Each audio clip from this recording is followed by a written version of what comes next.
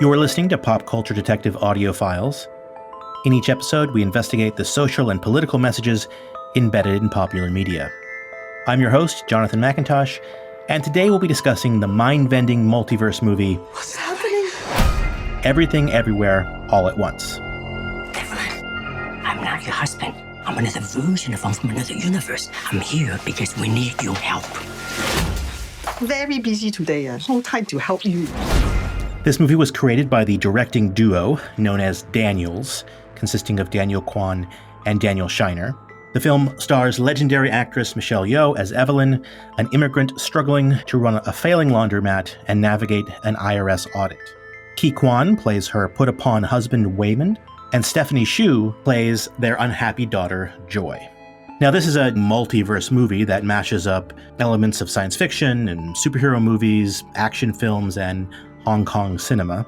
And if that wasn't enough, the movie also manages to subvert many of these sort of underlying messages that are almost ever present in those other genres. So, here to discuss Everything Everywhere All at Once, we're joined by friends of the show, Felicia Lopez and Carl Williams. Felicia is an assistant professor at the University of California, Merced, in the Department of Literatures, Languages, and Cultures, where she teaches classes on Latinx, Chicanx, and Indigenous representation. Welcome back, Felicia. Nice to be here. Carl is an assistant professor of clinical law at Cornell Law School. He teaches and supervises students working on legal projects and cases supporting struggles for racial justice, sovereignty, and liberation. Good to have you here, Carl. It's going to be fun. Now, originally we had planned to do a sort of multiverse episode, basically comparing Everything Everywhere All at Once with the new Doctor Strange and the Multiverse of Madness.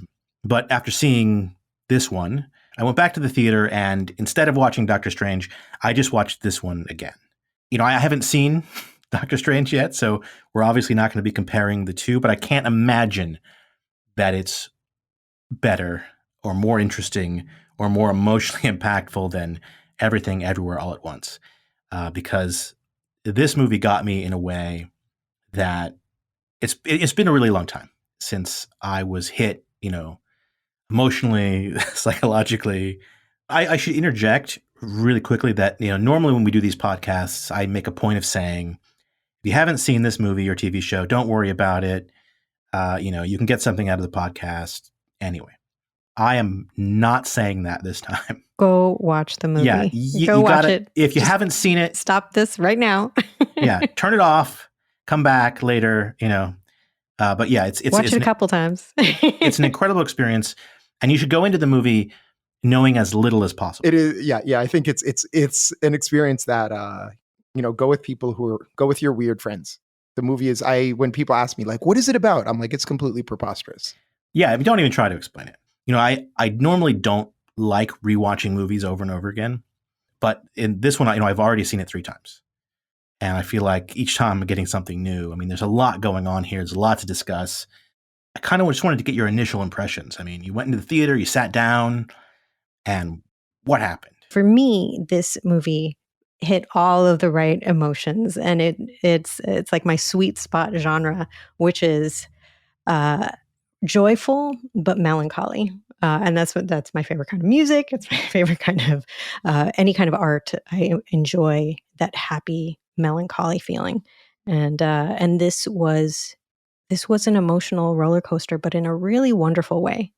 And so I was genuinely surprised that I walked out of the movie theater, and I've also seen it a couple of times now, I have to admit. I walked out of the movie theater and I still had tears streaming down my face, but I was happy, exceptionally happy. And so for me, that's a rare thing. Usually when I'm crying, it's because it's a sad movie, but in this case, it brought me genuine joy, which I do, especially during these times in the COVID age that we're living in, that's extraordinarily rare. And so this was, for me, just a beautiful experience. This was the first movie that I saw in the theater since before the pandemic started. So this was the first movie I've seen in a theater since 2 years and something, which that certainly had, I think, a lot of impact on my response to the movie. It just made it better. Yeah.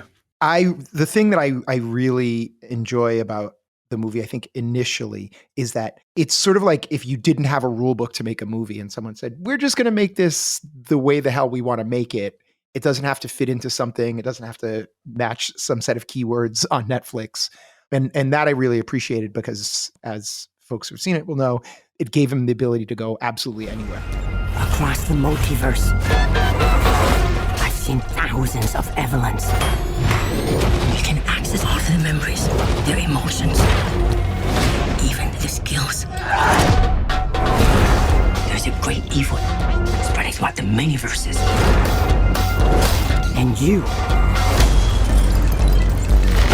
may be your only chance of stopping it. The thing that about all art, which is critically important to me, and this is a big statement coming. This is huge. And mostly about movies, is I need to leave the theater and say, I know something that I didn't know before.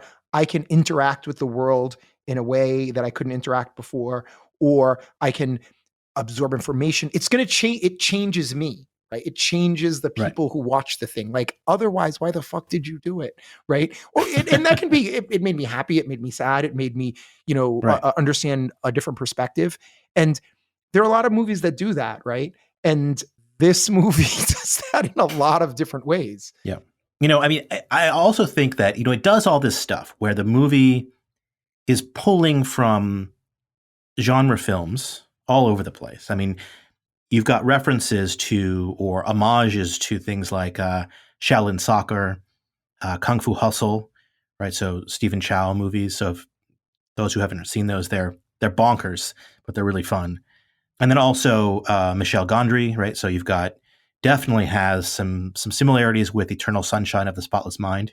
And then, there are also shades of like Kurt Vonnegut stories, specifically the science fiction stuff, but just in general, that sort of bizarre, off the wall, almost absurdist storytelling, but all for a political subversive point.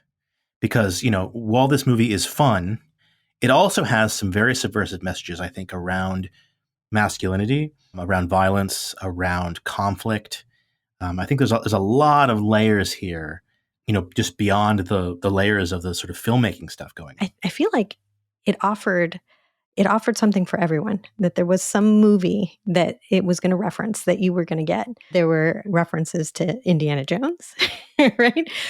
Call back to Short Round and what he would say in the movie. The reference, of course, to Ratatouille with Raccacoonie.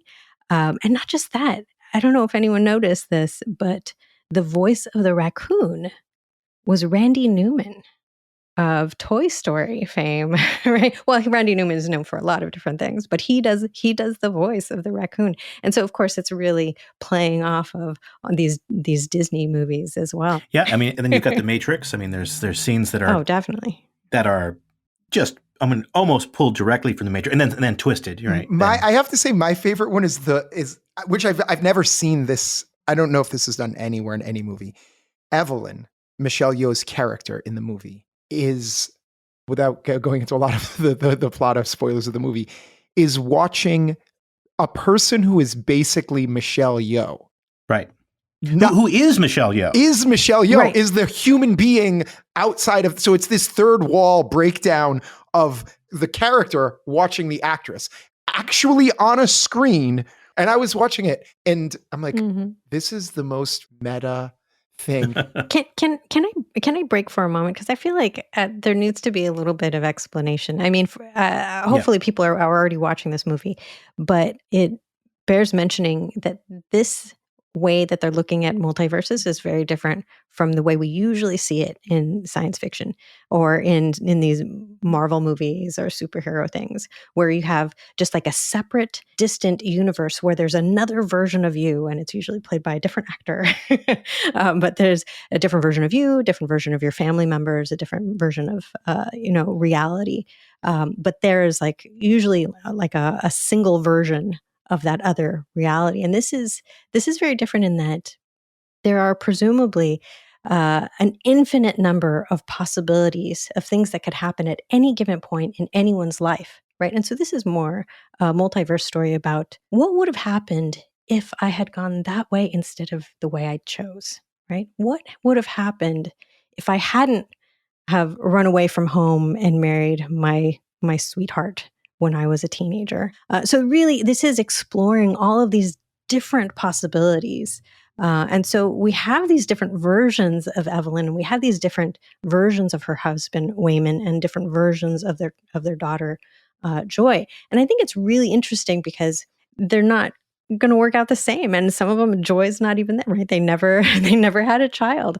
And so I just wanted to mention it because I feel like we're going to be talking about these different versions of people, mostly Wayman. We have our Wayman, who is Evelyn's husband, the version that we know. Original. Wayman, version 1. Version 1. But then we have what's known as Alpha Wayman, right? Because they think they're the best and they're on top. And so Alpha Wayman says that, we made contact with everyone else first. And so we're Alpha. Everyone else is Beta, which I found fascinating. And they just numbered their betas. And then another reality, which I think is this really wonderful one that we're referencing here, right? Where Evelyn is Michelle Yeoh, right? That is one where they never got together. They didn't marry. They never had their daughter. And then Wayman defied the expectations of his wife and didn't become some poor, sad laundromat owner in the United States, but became a CEO, right? He became a very, very successful businessman. Sort of business Wayman. Yeah. Right. Yeah. And then you also have, within that framework, you have these little jumps. So small decisions or recent decisions. Yeah, there's this, even within the context of the movie. So, you've got a branching universe where she decides to go home and finish her taxes, right? And you've got one where she punches the tax auditor, right? So even within that, so you sort of have original Wayman version 1 and original Wayman version 1.2 and original Wayman 1.3, right? So you really do see these sort of micro decisions, these little branches as well. And she can jump back into the same sort of similar adjacent timeline that's not quite, I have to say that it's not hot dog fingers. And I want to say this just about the thing that you had just said, Felicia, is I'm going to say this. You might not like it. You might like it. All multiverse movies are rips off time travel movies. I said it. I'm done. Because really, if we go back in time, in all multiverse movies and all time travel movies, all the Marvel movies, they're always trying to go back in a time travel movie or go over in a multiverse movie and fix. They're like, we have to fix it. We have to change that thing so that get back on the right path. Yeah, so that we're saved. And this is like, it's not anything about that.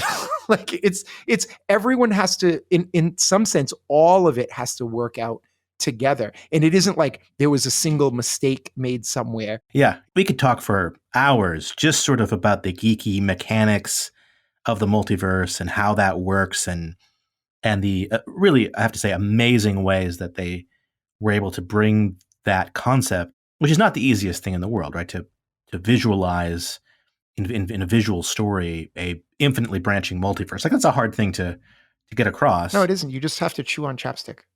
Chew on chapstick. Yeah. I mean, it's amazing that they were able to do this movie on such a small budget too. I mean, we could talk about the filmmaking techniques. I mean, really, when I saw the trailer, when I first saw this trailer, it was the editing that made me go, wow, I have to see this movie as soon as possible, because they really do a lot of what should be effects work just with hard cutting editing, like match movement. So, someone will swing in one universe and hit someone in the other universe and things will bounce back and forth, or you'll see light coming from one universe and hitting the person in the other universe, right? It's all practical effects and then edited together really well. And all of it makes it feel like it's a cohesive thing. So we could talk about all that stuff forever. But I think, at the end of the day, it's the messages that this movie is getting across that really matter, right? I mean, this is one of my big complaints about discussions about cinema, especially online, is that they tend to focus on the technical aspects of things and the way that the production is put together, and a lot less emphasis is being put on the messages. So I think we can maybe get into those messages here because they are quite subversive and unexpected, starting with the fact that this is an immigrant story. Right. I definitely appreciate that this is an immigrant story.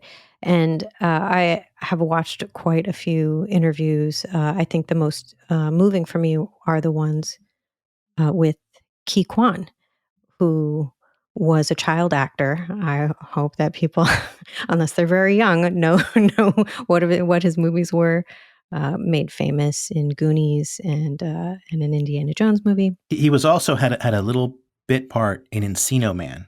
Good to know. He was also in a television show, Head of the Class. Yeah, one of the things he talks about is that it was really difficult for him to find jobs, and not just jobs, auditions, right? That there were no roles for young Asian men.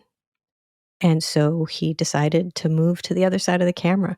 But I think it speaks to the real lack of representation and really the power and beauty behind the recent increase in representation. Of course, there's tons of Asian actors and actresses in Asian films, but in the United States, they are seriously underrepresented, as are a lot of different minority groups. And so I appreciate that we're getting this immigrant story, but it's also so relatable. A lot of Black and Indigenous people of color in this country have very similar experiences as well, right?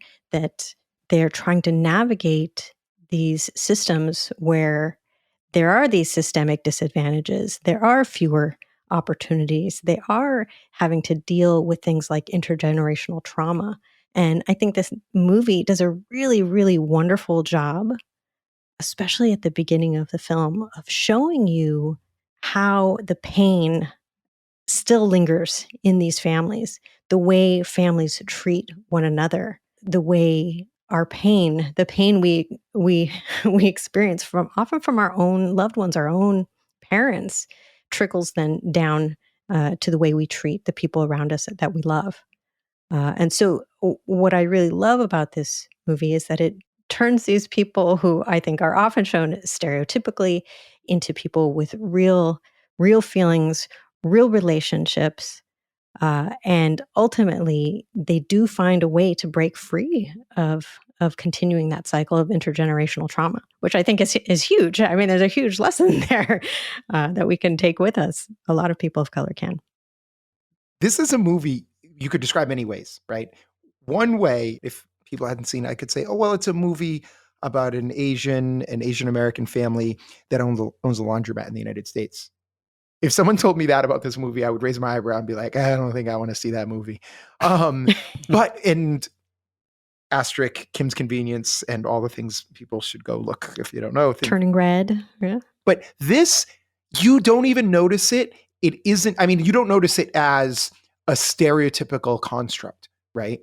It's incidental to the movie, and it isn't, there's no, cheap jokes around it. It isn't essence of who they are. Just they came to the United States and this is what they did. We have these elements that are kind of stereotypical, but they're played with genuine love. And nuance too, yeah.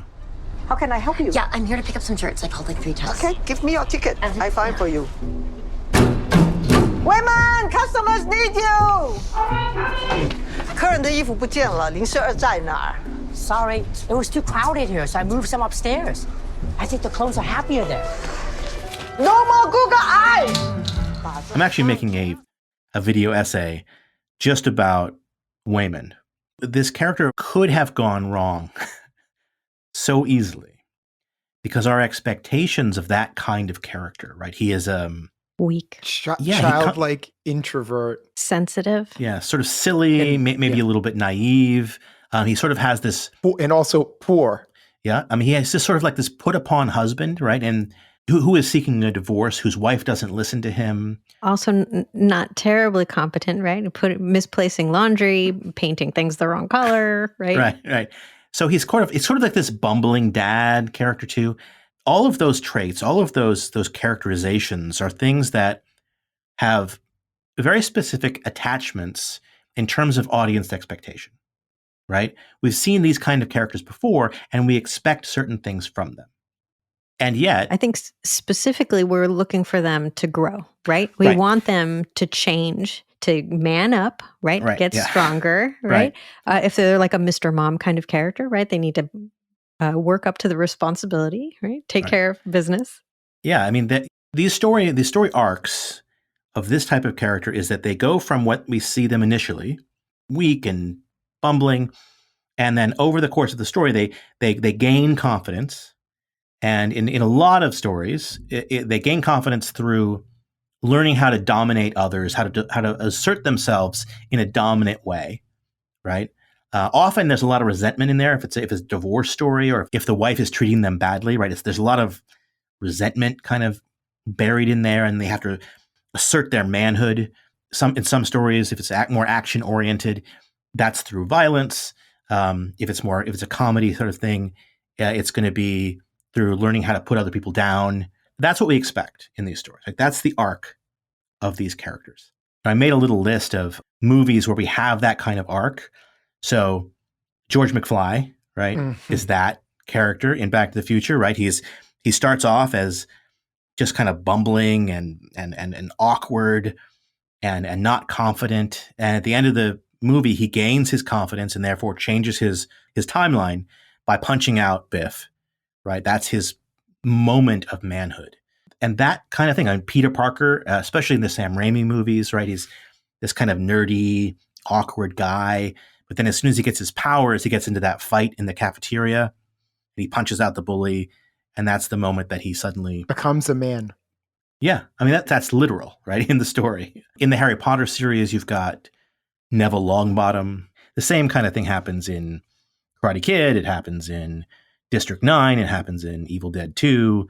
It happens in the Kingsman series. It happens in, to an extent, it's Neo in The Matrix.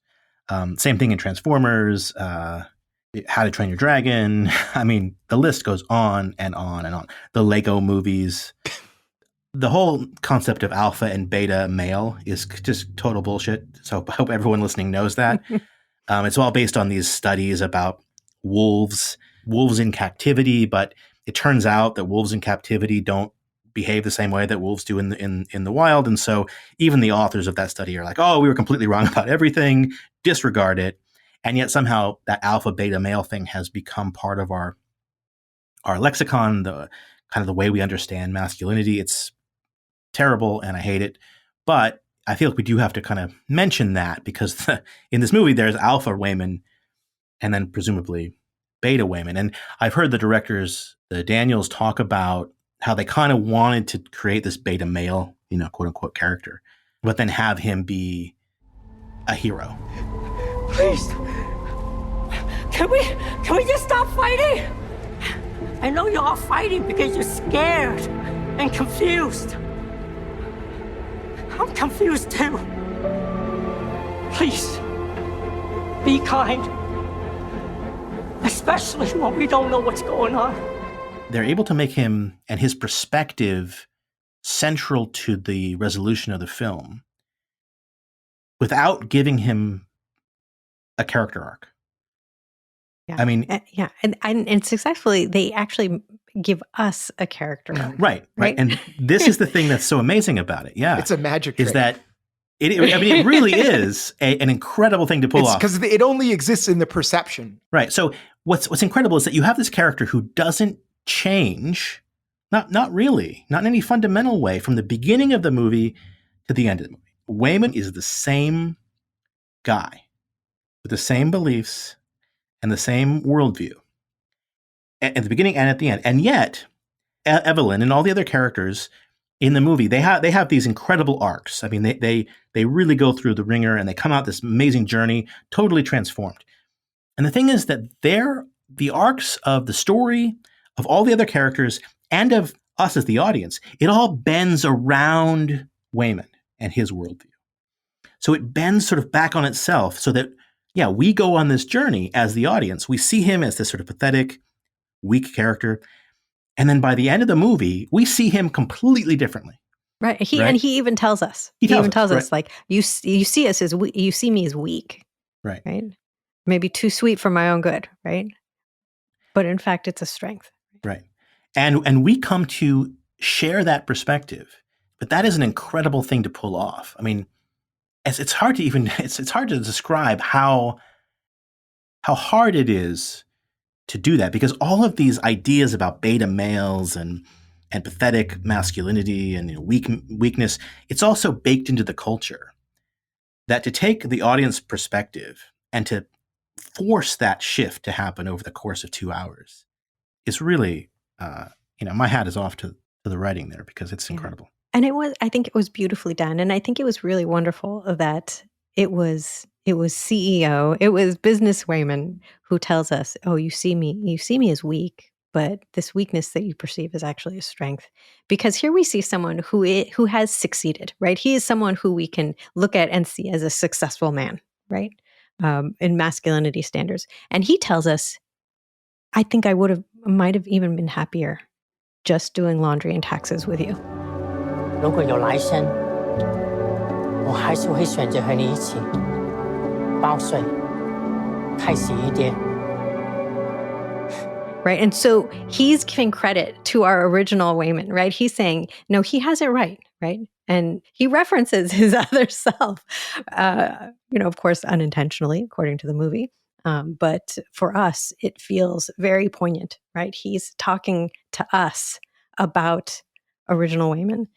I actually hadn't made this connection before, but when you said that about CEO Wayman is supposed to be this sort of success by capitalist, standards, but he is depressed and sad, and he, and as I you know said, no one like that.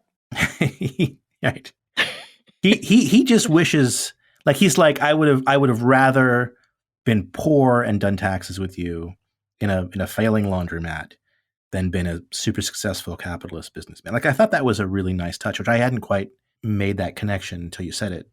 But he does have this great sadness about him. Like, we're not supposed to want to be him. I'll just put this out there now. When you're making the video, make it clear that you're not writing about Alpha Wayman, because Alpha Wayman is an awful version of Wayman. And I think it's really interesting the way they navigate that as well, because I think the first time I saw it, I didn't realize how awful he was as a character until I saw it the second time. And then I realized, oh no, he's an awful human being. And one of the things that really clued me in is the way he talks to Evelyn. And he says that she's a loser, right? That she is the version of Evelyn, right? No, that's why you're so successful at this. That's why you can achieve it. And he bolts on her at one point. And it's like, oh no, you said right. He leaves her to die. Yeah. Because she's not good enough for him. Yeah. Yes. And so, of course, these are the supervillains, but they're never really portrayed as the supervillains, right?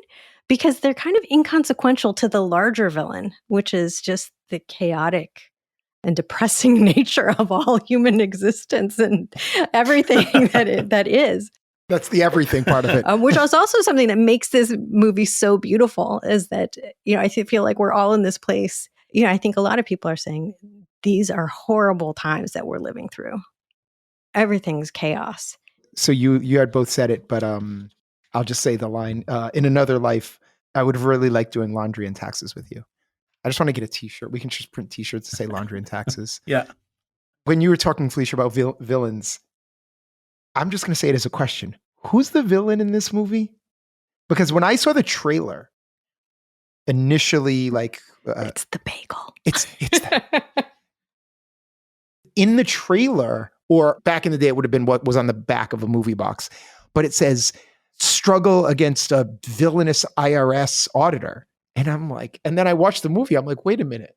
I think it's fascinating because is it Alpha Wayman? Is it everything, as you had just said? Is it? There are many ways to look at that.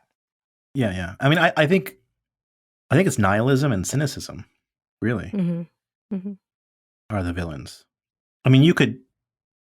There are minor villains who don't turn out to necessarily be the villain, right? Because at first it's Jamie Lee Curtis. At first it's Deirdre, the IRS agent, and then it's Jobu Japaki, and then it's the Alphaverse. It's her father. It's like there's all of these minor villains who it doesn't turn out are actually the core problem. Yeah, and really, ultimately, none of them are villains, right? I mean, I think this movie does some beautiful things. One of the things I found really surprising about it was that the tax auditor ultimately they become presumably friends. They end up bonding. They end up, I think, getting high together. I mean, there's Lovers in like another universe. they're lovers. I mean, there's like an interesting storyline that happens there. And so, this character who we perceive from the beginning, oh, this is a character who is opposed to our main characters, right? This is someone we shouldn't like.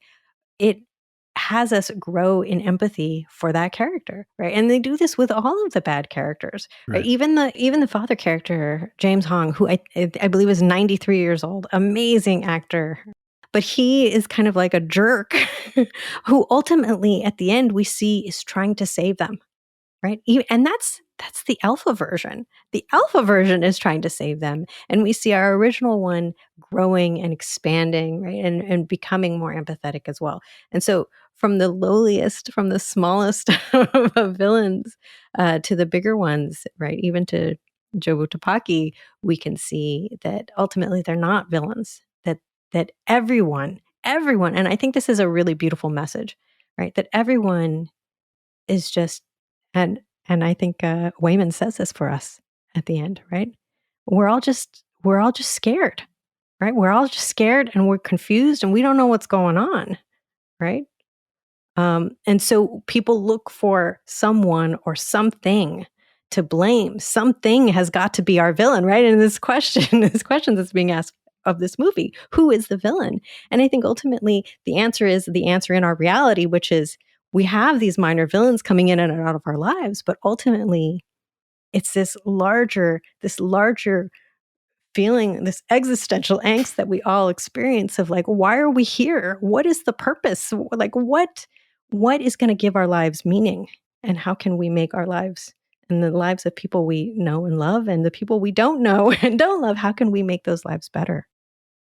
In my second viewing, there's a compressed meta movie of Evelyn's life.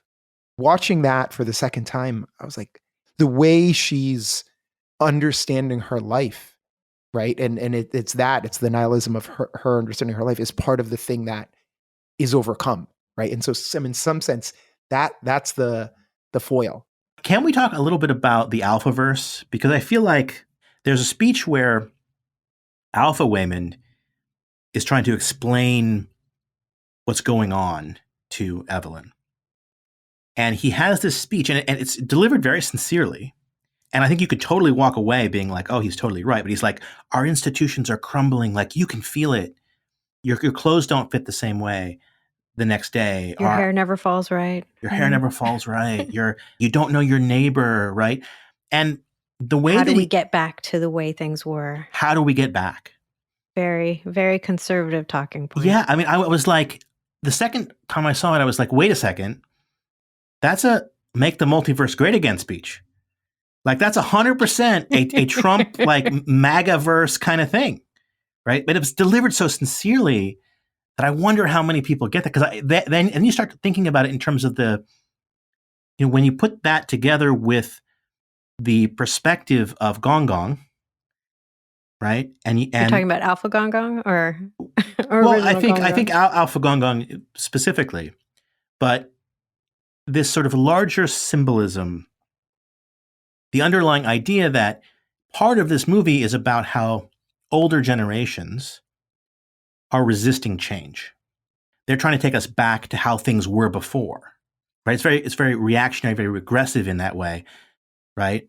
And at some point they realize that Evelyn is becoming too powerful and she's not going to help them take things backwards to restore the Alphaverse to its original state, right? Before things changed and transformed. And so then they decide, well, we're going to kill her because she's no longer helping us with our plan. The symbolism of that, especially around the acceptance of Joy and her sexuality being a major sort of rift in the family. It seems like they're trying to say that the Alphaverse is extremely conservative. I just said, when you said the acceptance of Joy, the double entendre of that confused me. And I cannot also think that was unintentional. Everything in this movie is intentional. It has to be. Yeah. Well, like I was saying before, Alpha Wayman sucks. He's the worst.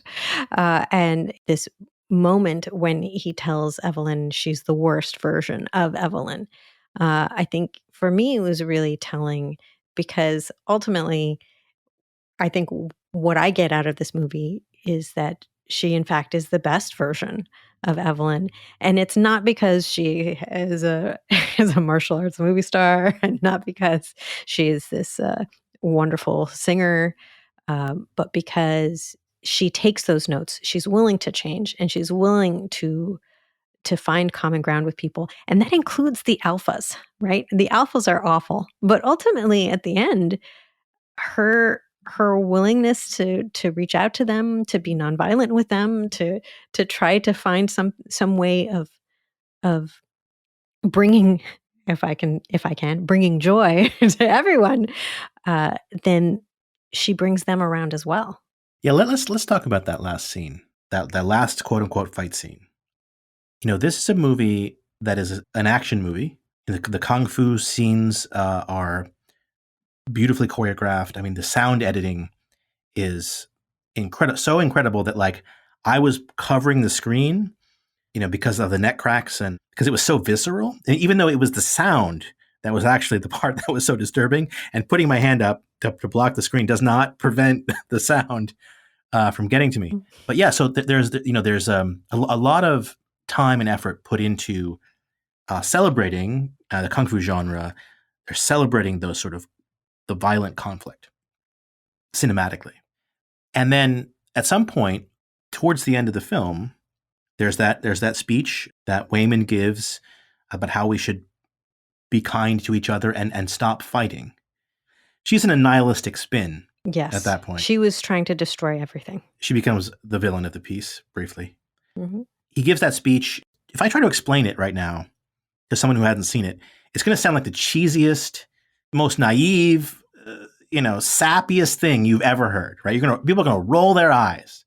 But I'm telling you, it works. Oscar worthy. I started tearing. There were tears, and I typically don't cry at movies all that often. But like all 3 times I saw this thing, I was like, my face is it's leaking. Right. And it was around that scene, and that's the same sort of sequence, that sort of montage sequence where you've got CEO Wayman talking about how the way he fights is through silliness and empathy, right? It's sort of like presenting his worldview, and that's what ultimately pulls her back from, pulls Evelyn back from the brink, right? Because she's about to dive into the nihilistic, cynical bagel of doom and destroy everything, the whole universe, all of them. Yeah, and it's seeing him and the way that he engages with the world. She's sitting in the laundromat. She's just been handcuffed, and he is somehow able to give them like an extra week in their taxes, and he like de-escalates the situation. She gets released. I mean, and Evelyn is totally confused, and she's like, "What did you do?" And he's like, "I don't know. I just talked to her." Yeah. She was like, "What? Yeah, it's not possible." And then Joy in the background, where Jobu Tapaki says, "It's a statistical inevitability, right? It's bound to happen in some universe, right?" But yeah, that he is still trying, right? This is the man of, not in this universe, didn't just get stabbed, but in this universe, she just signed the divorce papers on him, right? He may not be married soon. Right. She took a baseball bat with googly eyes on it to their laundromat. Oh yeah. I mean, she is trying to destroy everything, and he's still saying, "No, we can work this out, right? We can figure it out." He says everything's going to be fine. Yeah. And she's like in disbelief, because she's like, "What are you talking about? Everything sucks." He says kindness in that speech. He says we have to be kind to each other. But I think, and that's part of why when I explain it to people who haven't seen the movie, they think it's super cheesy. But I think what he means, and what the movie means by the word kindness, is not like a kumbaya thing. It's not like this empty, just be nice, ignore the bad parts. Yeah, it's not that. It is what he means is we have to be empathetic. We have to communicate. We have to listen. We have to be attentive, right?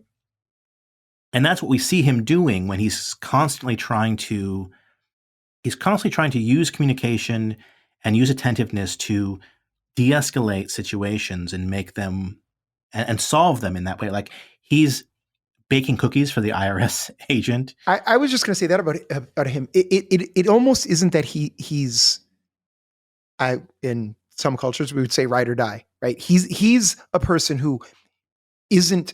Some people would be transactional about this, and I don't think Waymond in that scene, like the cookies and the googly eyes, he isn't. It wasn't a bribe. Yeah. He doesn't say like, I'm going to do this because we'll get a better outcome. He's like, I'm going to do this because I'm fucking Waymond, and that's what I do. Like I am always there, and I'm going to check the noodles because Dad doesn't like them too squishy. Because she told me to. He actually says, "Yeah, take her the cookies. She likes them." Yeah, that's what he says. She likes them. He's just a dude. He's a rock. He's a person he's the kind of person that everyone has a person, hopefully, like that in their life. And that's the person you can always depend on and will do the thing without even knowing the thing that you thought the thing needed to be done. And amazingly, he is that sort of anchor of empathy for the whole film. And yet he isn't the star. Right? He's not the one taking action to solve the problem. He's letting his wife and his daughter work that out, right? And I thought that was a really nice thing too, because in a traditional sort of story like this, he would become the central character. Right. He would be the physical author of them. Right. But he's not. He's still on the sidelines. And yet his presence is made known because of his influence and in a way he inspires everybody else. And so, that's that fight scene, that final fight scene, quote unquote, on the stairs. I mean, this is an action movie heavily influenced by The Matrix and Kung Fu films and so on and so forth. And we get this sort of trajectory of violence where it's escalating. And in a traditional movie, at the end, they have a giant fight, right? And that's the crescendo, and that's the thing that solves the problem. But in this one, this is an action movie where violence doesn't solve the issue. Empathy does. Like that's the conclusion. And the way that they do that in that final fight was so unexpected and so refreshing. I loved that. I love that beautiful moment where, they're standing right by the bagel and sucking everything in. And Jobu Tupaki pulls her moves, right? She's takes on this aggressive stance and she's about to come at Evelyn. And Evelyn goes into her kung fu prep, right? And then the pose she goes with is not offense or defensive pose, but one of embrace. Yeah, she like opens up her arms. She's like right, making a hug. Yeah. She's welcoming her in. And it's just such a beautiful juxtaposition. It's like, here's my best move, hug. I think it's so beautifully done. But it really, I think the reason why they're the main characters is because they're the ones who need to change, right? They're the ones who feel lost. And if Waymond feels that way, we don't know it, right? He's surviving. He's bringing joy to himself as much as he can, bringing others as well. He's living it well, right? Things aren't going, he's not a rich CEO, but he's living a life that he is happy with. That is how he sees life. And so ultimately, Evelyn and Joy need to see it that way as well. Right. And and there's this wonderful line, right? And, we're talking about like the violence of it. And I thought about it, and really it's the alphas who are super violent. And the only alpha who seems to not want to be violent, though she is super violent, is Joy, right? Because when she comes to Evelyn, she's like, I'm not trying to kill you. She was never trying to kill Evelyn, not any of the presumably thousands of Evelyns that she killed. She was trying to find someone who she could make a connection with, right? Someone who could experience, someone who would feel what she's feeling, because she felt so lost, so alone in her experience of the world. And ultimately, I think Evelyn felt similarly, and they needed to find that same ground, right? That common ground, be on the same page. And it was the same page that Waymond was on.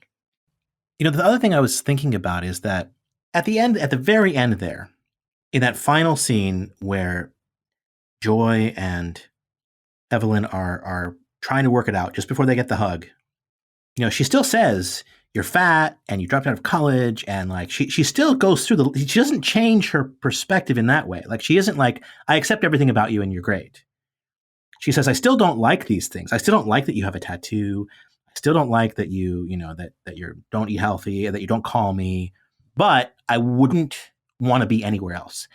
And I can literally be anywhere else. I still want to be here with you.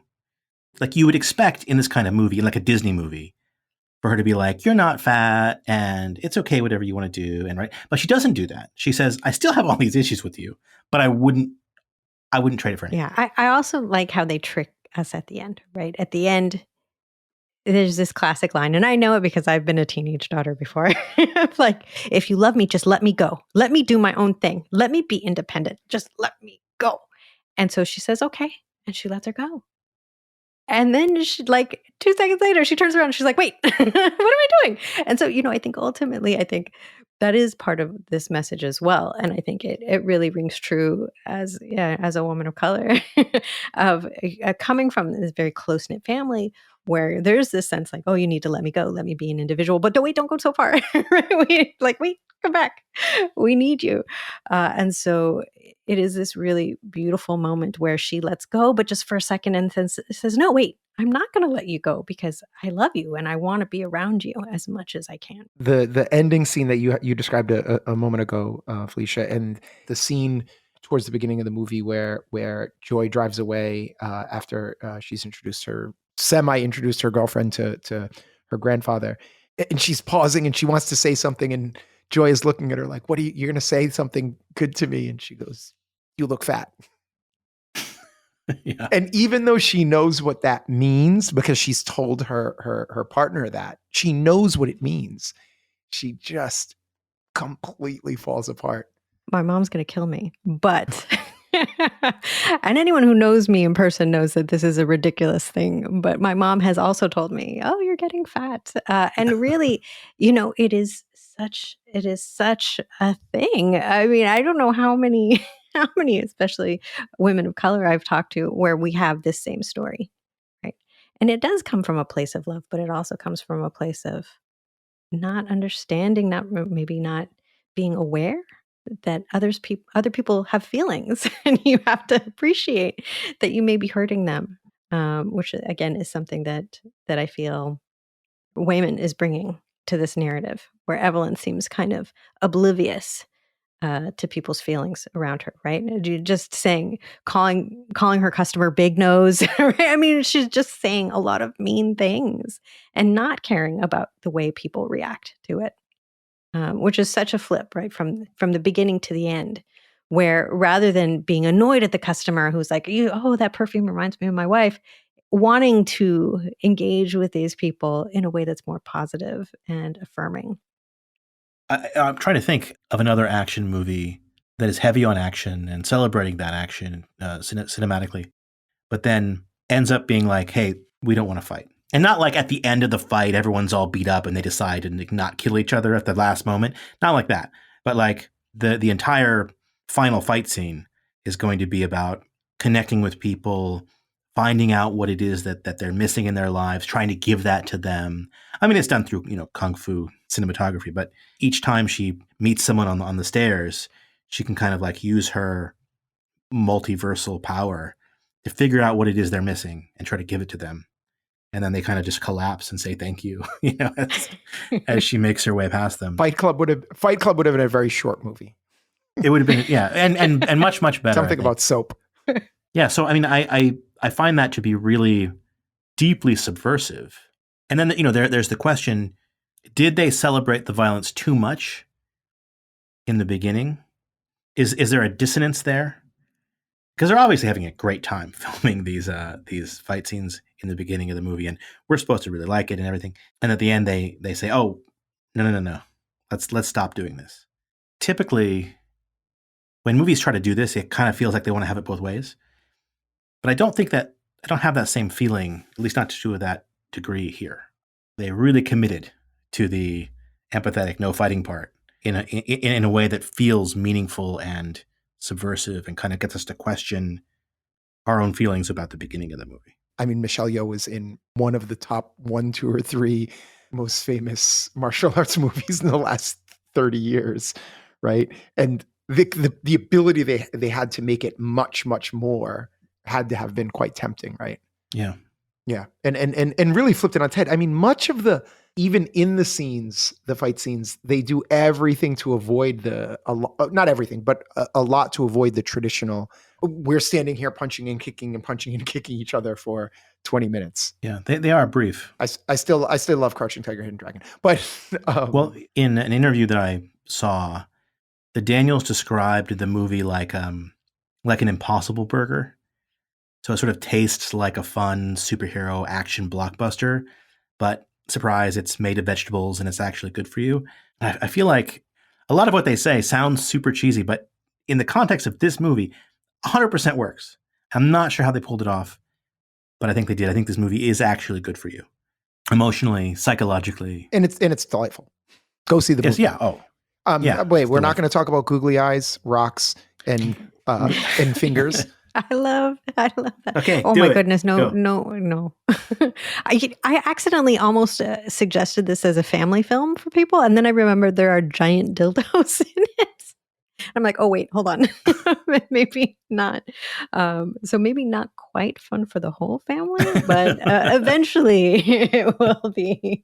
I mean, there were moments in this film, several moments where the butt stuff was a little much. There were a couple shots there that we maybe didn't need to get the point across. A little over the top. There were several moments in the film where I, put my hand up to cover the screen and looked away. And I'm not kidding. But they were things like the paper cut scene. The paper cut scene for sure was painful. I was like, oh no, I can't watch this, please. And I appreciated that the other characters who were watching it on the monitor were also like, oh my God, I can't watch this.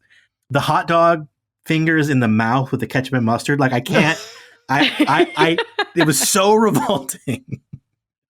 And, again, to their credit, Michelle Yeoh's character also looks revolted. And then she's like, because they're watching. She puts her hand up to her face. And then she sees the hot dogs and she gets grossed out all over again. And I really like that because that's how I was feeling. I was like, oh my God, if you haven't seen the movie at this point and this makes no sense, don't worry. It will continue to make no sense. Right. Yeah. It's a multiverse. For sure. I have to say in my real life regularly, I just text people a screenshot of one of the rocks.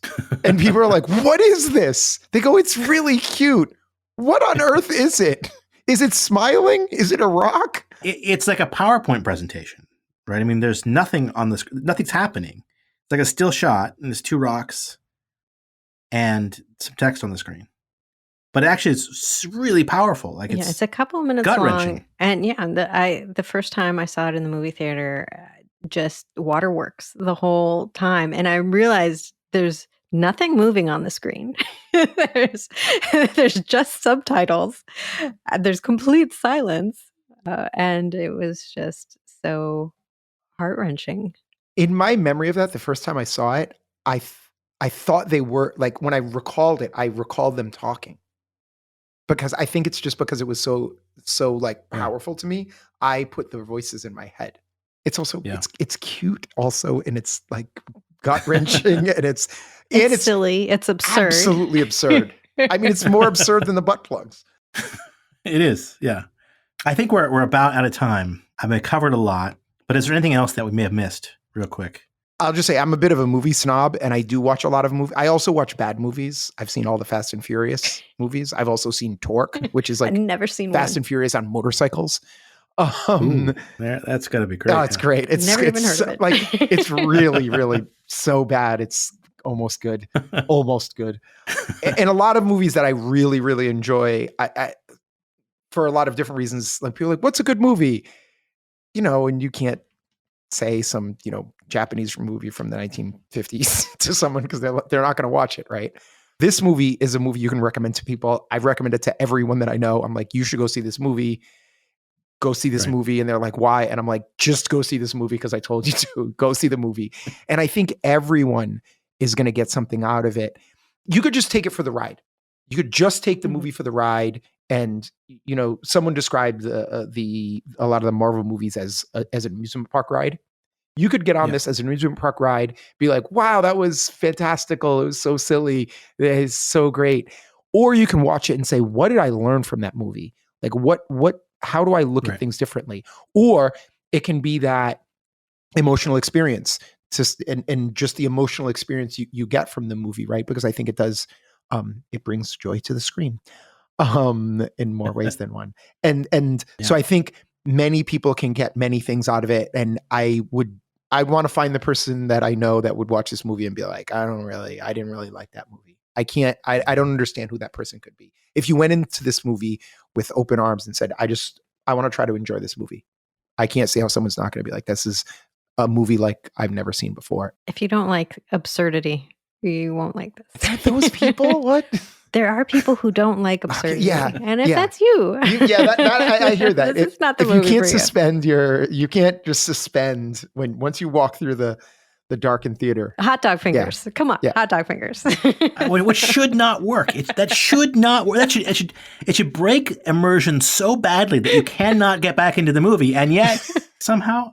Not only did I watch this 3 times now, but I have literally recommended it to everyone I know. I really feel like this is such a great movie for people, regardless of political views, though I think it definitely speaks more to people on the left side of issues. But it's this beautiful story that's ultimately, even though it's sci-fi, it's about family. It's a love story. It's a love story to partners and to children and to parents and to grandparents. It is such a hopeful movie that doesn't, like a lot of movies do, it's not an escape from the horrors of reality. It says, yeah, the world is kind of messed up. Things don't make a lot of sense and we're all looking for connection. But if we act with love, if we treat each other with kindness, then we can find those moments of connection. And sure, we'll often be disappointed, but we have to keep trying. And I think that's the perfect message for us right now at this point in our time as humans in this universe. So we're going to end the conversation there. Please remember that all of our pop culture detective projects are 100% funded by listeners and viewers like you. So if you enjoy the kind of in-depth media analysis you just heard, please consider going over to Patreon to support our work. Just go to patreon.com/popdetective. As always, you can keep up to date with all of our ongoing projects over on Twitter @popdetective. And you can find our long-form video essays on the Pop Detective YouTube channel. We'll be back again soon with another audio file investigation. Until then, please remember to follow and subscribe wherever you happen to get your podcasts.